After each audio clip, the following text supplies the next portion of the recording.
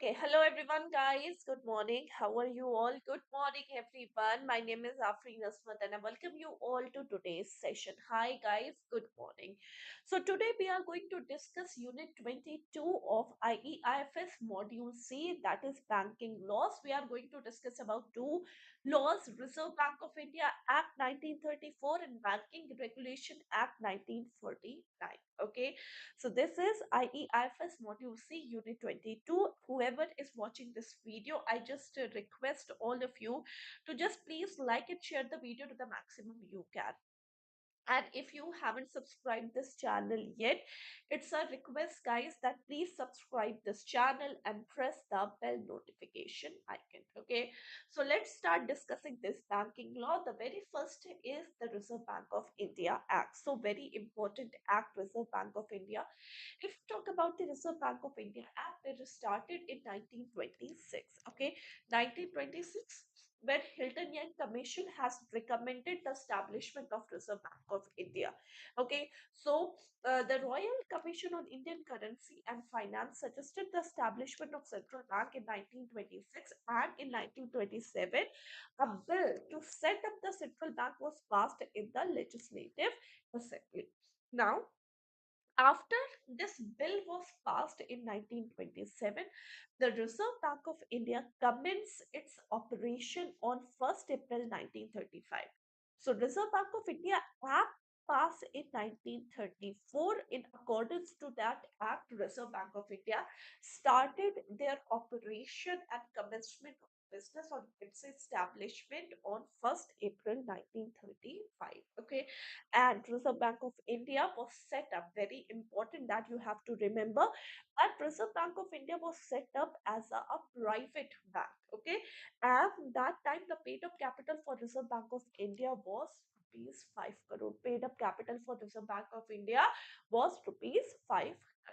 Right, now, if we talk about the establishment, Reserve Bank of India functioned as a central bank. Means although it was established as a private bank, but it functioned as a central bank, and it at a time served as a central bank for undivided India, means both India and Pakistan and Burma now, which is known as Myanmar. Now, in 1942, RBI ceased to become the central bank of Burma.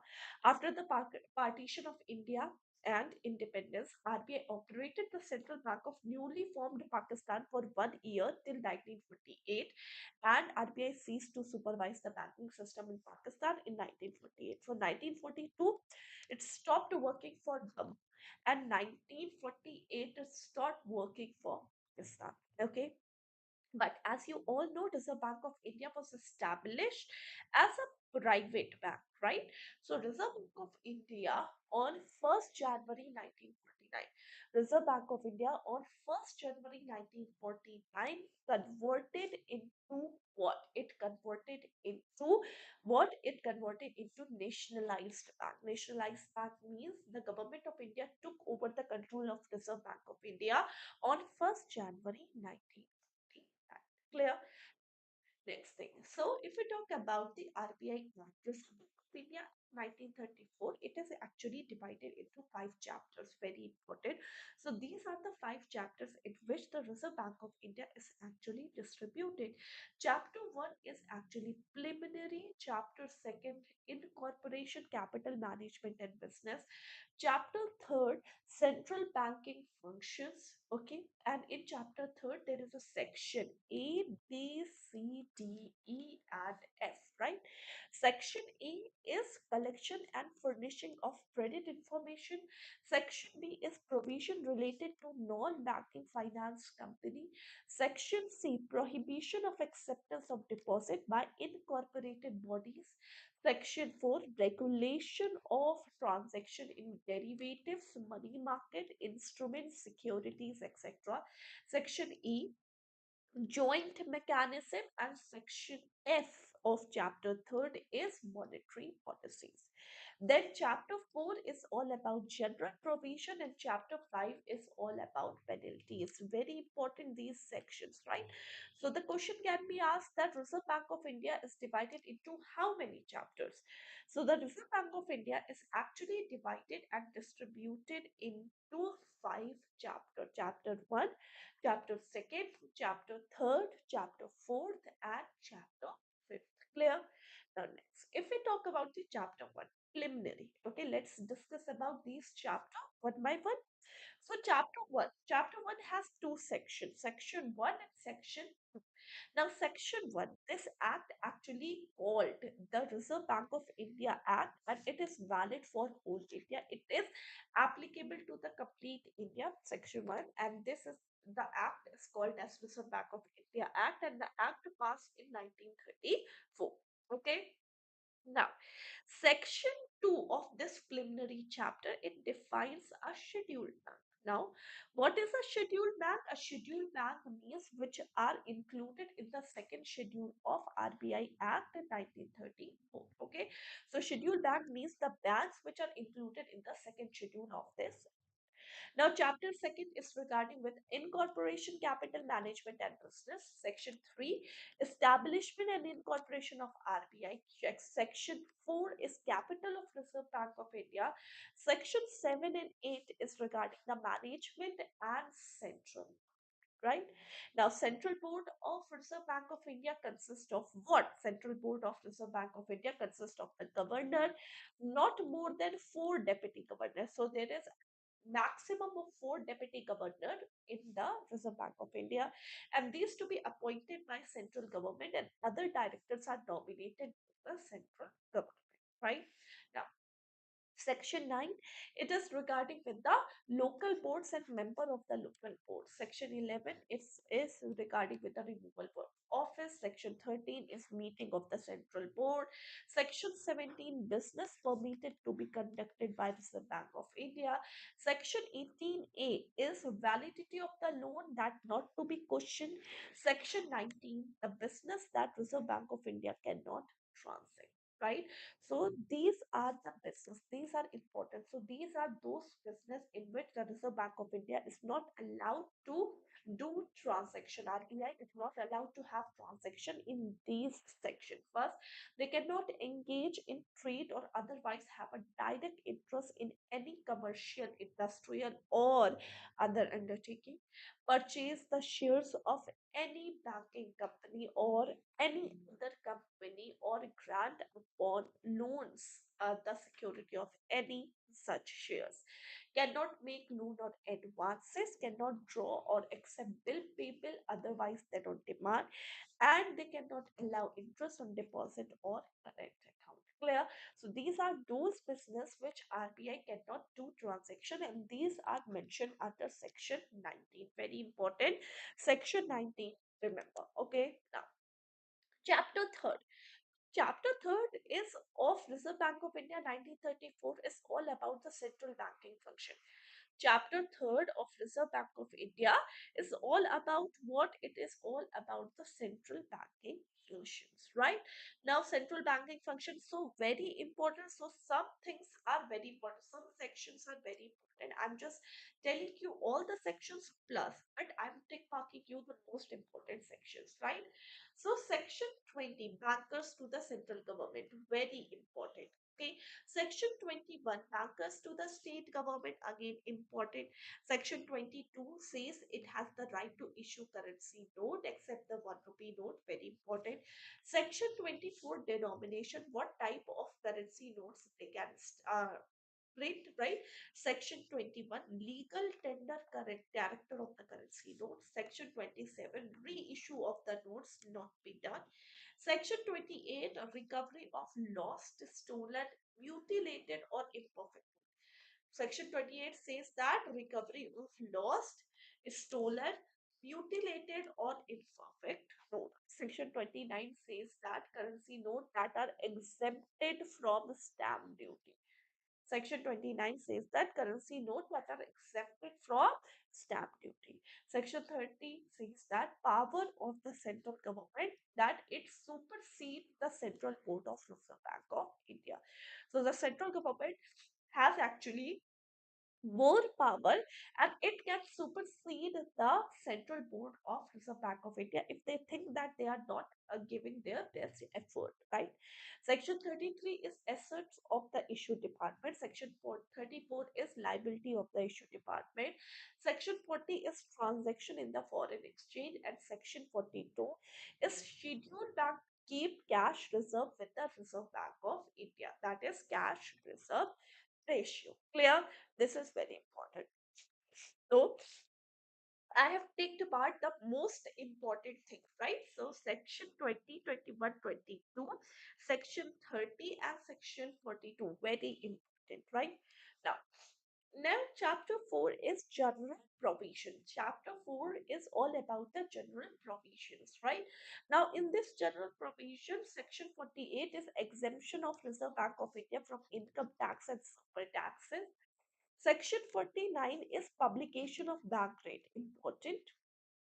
Section 59 is liquidation of reserve of important, right? Chapter 5 is penalties. So if there is any wrongdoing, okay, this include that providing any type of wrong information, failure to record the required books and record, and disclosure of any confidential information, it will lead to the penalty, and the penalty can be monetary fines and or it can be a jail of up to 3 years. So this is chapter 5, which is all about the penalties. This is chapter 5, which is all about penalties, right? Now, if we talk about the schedules, so schedules of Reserve Bank of India Act 1934, so RBI Act 1934 has two schedules. They are actually distributed into two schedules, schedule 1 and schedule 2. Okay, whereas if we talk about schedule 1, it details about organization of the country. So according to the schedule 1, complete country of India is actually divided into four areas. Now, what are these four areas?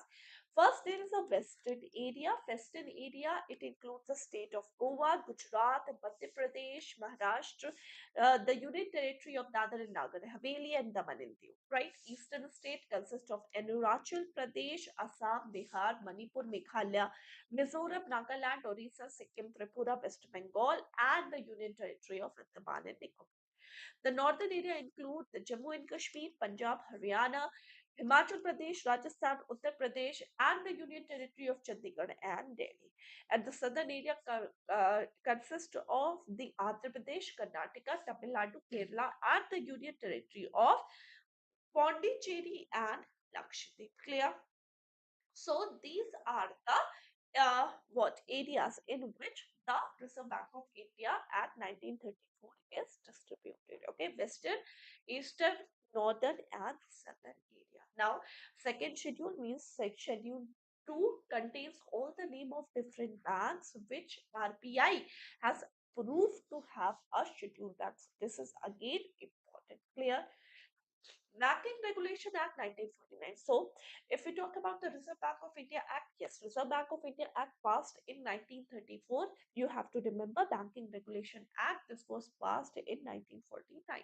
Okay, so the Indian Company Act 1913, it contained a special provision related to Companies Act. Okay, and then this act, this particular Indian Companies Act, later it was renamed as Banking Regulation Act in 1949. Now, under this Banking Regulation Act, Part 1, means Section 1 to 5. Part 1, it includes what? Section 1 to 5. And in this Section 5B, it actually defines the banking condition. Means it actually defines what is banking. So, banking is what? Banking is the acceptance of deposit of money for the purpose of lending or investment. So, if you are accepting money from the public and it is specifically for the purpose of lending or investment, that is known as banking company. And banking, and 5C define banking company. Okay. Now, part second, section 6 to 36 AG. This is part second, in which very important is section 6, which actually provides a various list of business which a company may do in addition to the business of banking. So there are different type of business which a banking company do other than the banking business, and what type of business the company is actually permitted. This is defined under section 6 of Banking Regulation Act 1940, right? Now part 4, it is from section 46 to 55, and it actually stress on the main thing, that is restriction on the acceptance of deposit withdrawal by the check. And section 5, it is section 56, which actually have the application of the act to cooperative societies, which is amendment of 1965 and 1920. Okay, so these are the important things related to the Banking Regulation Act 1950. Okay, now see, if you want to learn this complete chapter in detail, so I am telling you about this JIP Super Elite all-in-one subscription, in which you will get access of live classes, notes, mock test, everything. You will get AI analysis, you will get special doubt clearing session, you will get a special sessions on previous cycle, everything under this JIP Super Elite all-in-one subscription. All you have to do is to subscribe this JIB Super Elite All-in-One subscription to get the access of all these courses. Okay, so there is a foundation, new foundation 2.0 batch. There is the foundation batch in both the media. There is AFM RBWM batch. There is IE IFS and PPB batch in both medium, English and Hindi.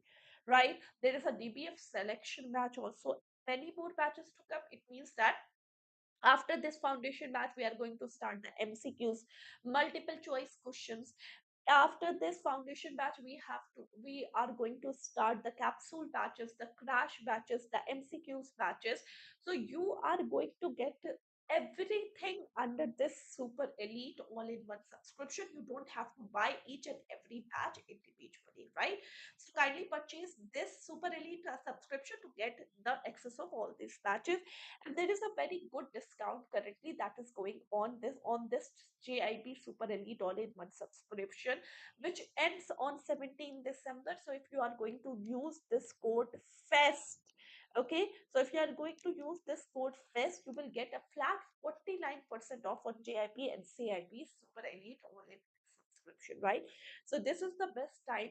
Make the most use of it, right? It is the best time. You just purchase this JIB Super Elite all-in-one subscription and just get it at a flat 49% off. Okay, you will not get this much discount later, right? Everyone, so just please, everyone, whoever just watching this video, just please, it's a request that please just like and share the video to the maximum you can. Okay, and you, if you haven't subscribed this channel yet, it's a request from my side that please subscribe this channel and press the bell notification icon. See, this channel is new, and this the channel is specially made for those students who are comfortable in English medium. So if you are comfortable in English medium, so just please subscribe to this JIB English medium channel, okay? And just get the maximum benefit of this winter subscription, right? 17th December means today. It will end today midnight. You just please use this code FEST and get a flat 49% off under this subscription, okay? So thank you so much, guys. I hope that you have all enjoyed this session. Take care, guys. Bye bye. Take care, everyone. Bye, everyone. Bye, guys. Take care.